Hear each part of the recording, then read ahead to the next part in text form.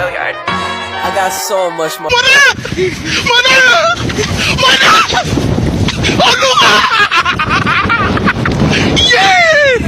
Assalamualaikum warahmatullahi wabarakatuh.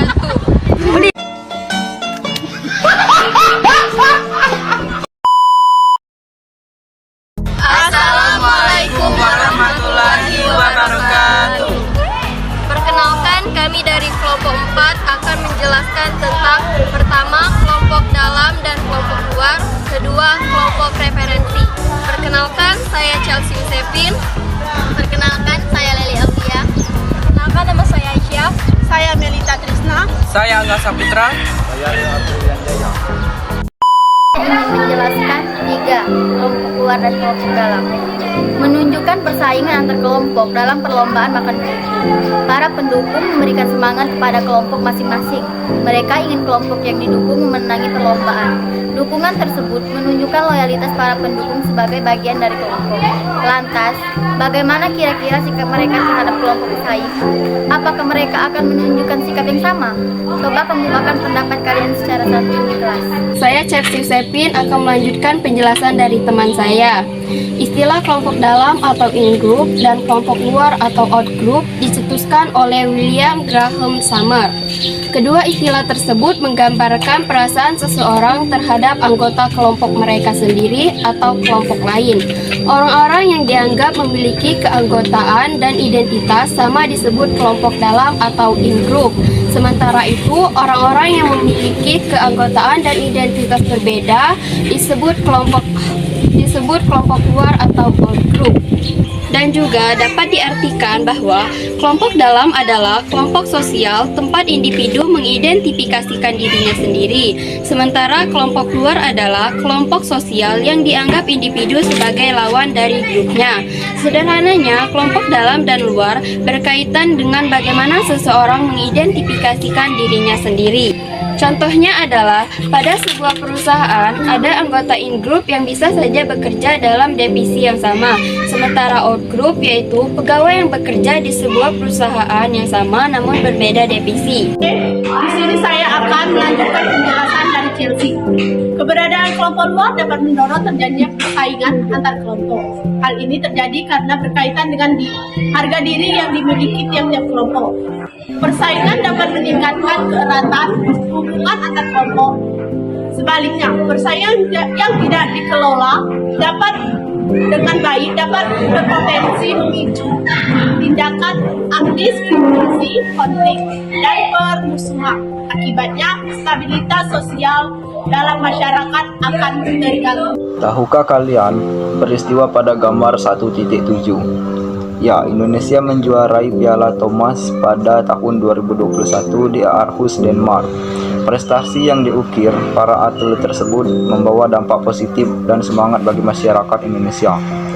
Para atlet yang berjuang untuk mengharumkan bangsa ini menjadi inspirasi bagi generasi muda. Bahkan, kesuksesan para atlet saat ini terjadi karena terinspirasi para pendahulunya.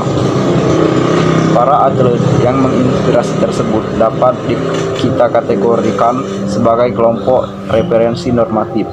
Apakah yang dimaksud kelompok referensi? Apakah kelompok referensi hanya ada dalam bentuk normatif?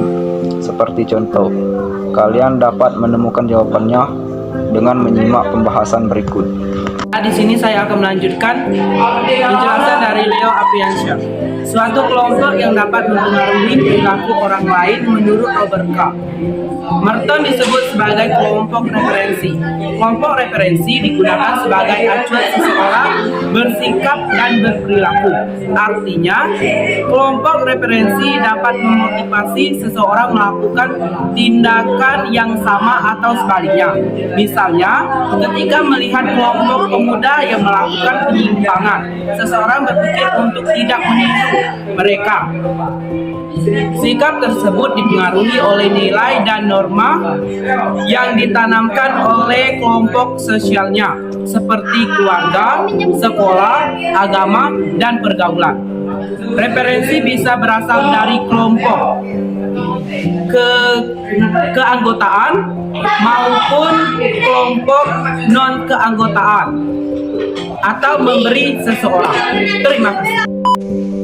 Baiklah, jadi ada 3 jenis kelompok referensi ya teman-teman, diantaranya normatif, perbandingan, dan audiens. Kelompok referensi normatif referensi groups, yaitu kelompok yang memberikan pengaruh atau perilaku umum seseorang. Misalnya nih ya, contoh, seorang anak ingin menjadi sosok seperti ayahnya. Baiklah, yang kedua ada juga kelompok referensi perbandingan. Comparison referensi groups. Kelompok tersebut mempengaruhi pertimbangan seseorang untuk menilai suatu situasi, cara berpikir dan kinerjanya. Misalnya nih ya, contoh, seorang peserta didik belajar tekun untuk memperoleh hasil yang optimal seperti rekan-rekan yang lain. Selain itu, ada juga kelompok referensi audiens. Audiensi referensi groups. Kelompok tersebut pada umumnya menonton, mendengarkan, atau memberikan perhatian kepada seseorang. Ketika menangani audiens, kita akan mempertimbangkan keinginan atau kebutuhan mereka dan menyesuaikan pesan yang akan disampaikan. Sikap kritis dalam menyampaikan ragam kelompok referensi harus kita miliki sejak dini. Karena apa? Karena kelompok sosial dengan latar belakang nilai, norma, dan budaya di lingkungan kita sangatlah berbeda. Oleh karena itu, kalian harus lebih selektif dan memilih kelompok acuan dalam memilih kelompok acuan. Mungkin itu saja yang dapat saya sampaikan. Saya akhiri, wassalamualaikum warahmatullahi wabarakatuh. Bye-bye. Baiklah, itulah paparan penjelasan dari kami. Kami akhiri. Wassalamualaikum warahmatullahi wabarakatuh.